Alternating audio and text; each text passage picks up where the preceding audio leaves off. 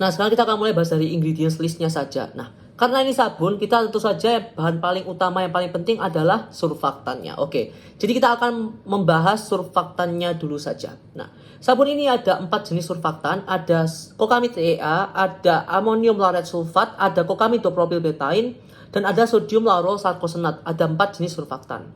Nah, dia memang Kokamid DEA base ya, karena dia yang paling atas. Nah, Kokamid DEA nama lainnya adalah Kokamid dienolamin.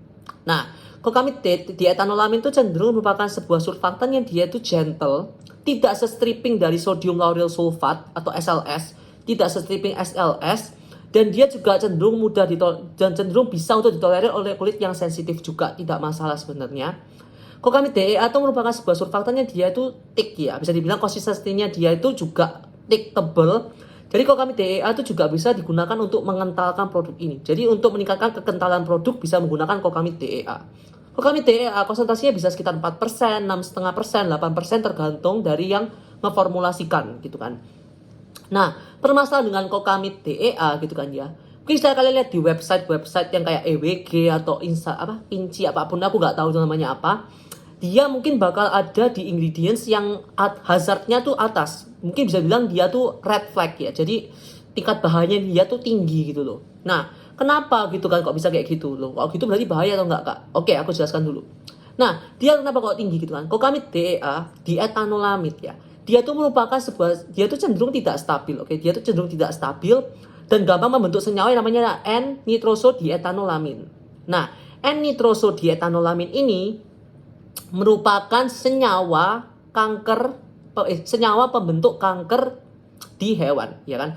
Jadi memang senyawa yang dia tuh memang terbukti memang mampu untuk menginduksi kanker pada hewan.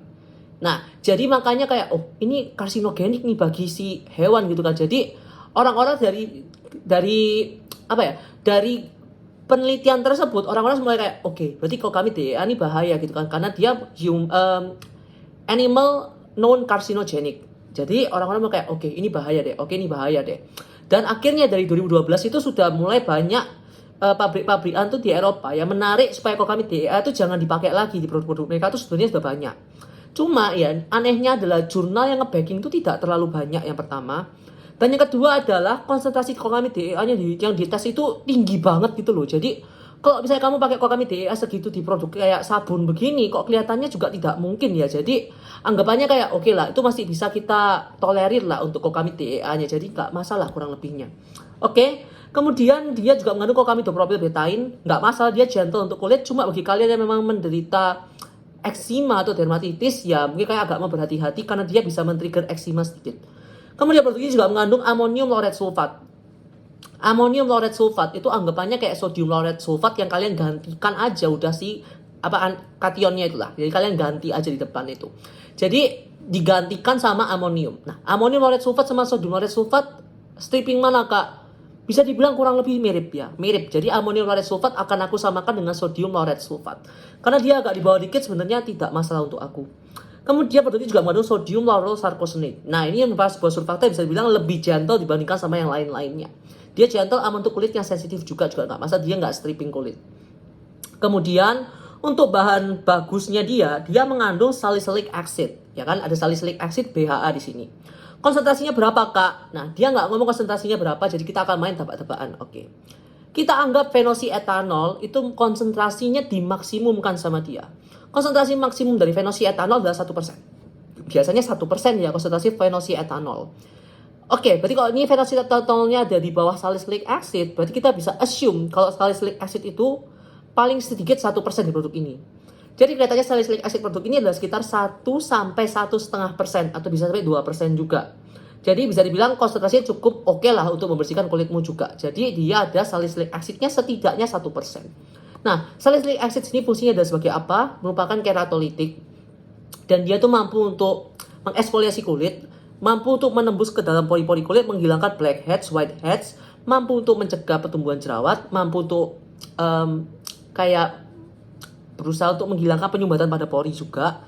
Dan dia juga mampu untuk meredakan jerawat yang sedang meradang. Jadi itu juga merupakan hal yang bagus. Karena BHA itu juga merupakan antiinflamasi kalau kalian tahu. Ya kan? Antiinflamasi juga terutama di konsentrasi yang cukup rendah.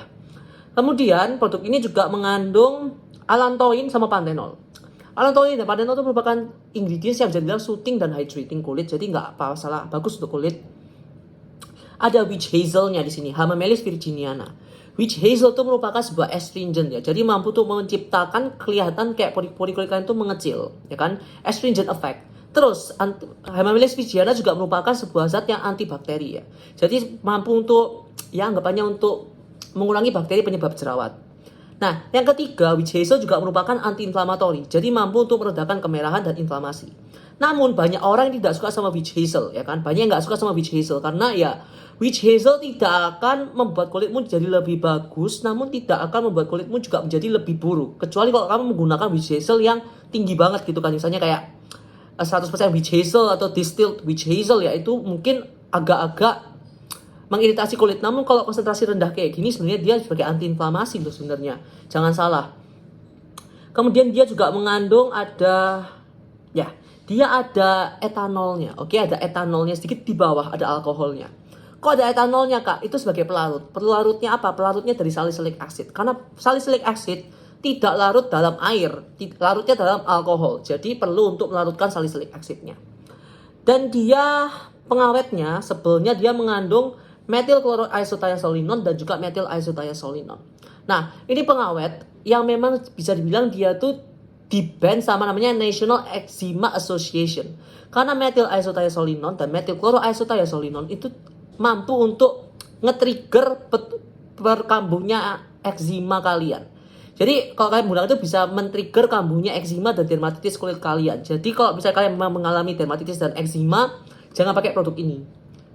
Nah, jadi itu bahan-bahannya bisa aku katakan. Oh ya, dia juga ada fragrance-nya ya. Jadi ada fragrance-nya sedikit namun tidak mengganggu kok. Nah, kalau di aku bagaimana? Aku sudah menggunakan produk ini 2 botol ya. Memang aku nggak menggunakan tiap hari. Aku ya kadang-kadang pakai ini misalnya memang lagi pengen sabunnya beda aja. Teksturnya produk ini memang dia tuh kental banget. Dan ketika kalian tarik air, kalian pakai dikit aja. Terus kalian cairkan dengan air supaya dia berbusa. Busanya banyak. Di aku, dia nggak ada rasa cekit-cekit, panas atau apapun itu tidak ada. Aman sekali untuk kulitku yang super sensitif kayak gini. Ada baunya. Baunya nggak nyengat sih menurutku. Baunya tetap gentle, mild saja, tidak masalah. Dia tidak garing kulitku kering, ketarik atau apapun itu nggak ada masalah juga. Untuk masalah apakah mencegah jerawat, menyembuhkan jerawat, sebenarnya bisa dibilang kayak nggak bisa ngomong juga sih karena aku pakai tretinoin juga. Cuma aku menggunakan ini dan menggunakan tretinoin aku tidak iritasi kok. Jadi bisa bilang dia cukup gentle untuk kulitku. Jadi nggak masalah. Dan juga nggak garing kering. Jadi bisa bilang sabun ini menurutku oke-oke aja. Cuma apakah aku bilang sespesial itu atau gimana? Ya nggak juga sih sebenarnya. Ya aku bakal ngasih dia 7 dari 10 karena harganya dia juga cukup terjangkau ya. Jadi I cannot ask for more.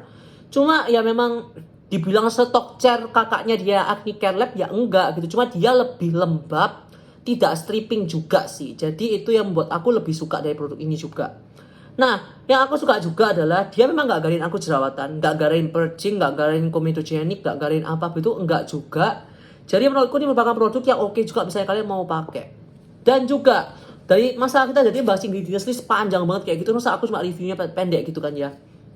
Benernya gini, untuk masa surfaktannya memang kayak aku berpikir loh, Kak, kok kami DA-nya kan gak ada yang kanker gini gitu. Nah, jurnalnya nge-backing itu nggak banyak dan nggak sampai segitunya juga lah. Kan sekalian nggak sampai orang mempromosikan kayak sengaja dibuat kanker gitu kan ya nggak juga. Jadi secara overall untuk masalah surfaktannya sebenarnya dia juga nggak masalah sih. Cuma misalnya kalian memang takut kalau kami TA ya silakan kalian menghindar. Kalau misalnya kalian juga mungkin alergi sulfat dan kalian nggak mau pakai sulfat, mungkin kalian mau menghindar juga karena dia ada aluminium laureth sulfat yang kurang lebih sama kayak sodium laureth sulfat. Dan dia di aku yang mungkin bisa dibilang aku juga penderita eksim dan dermatitis.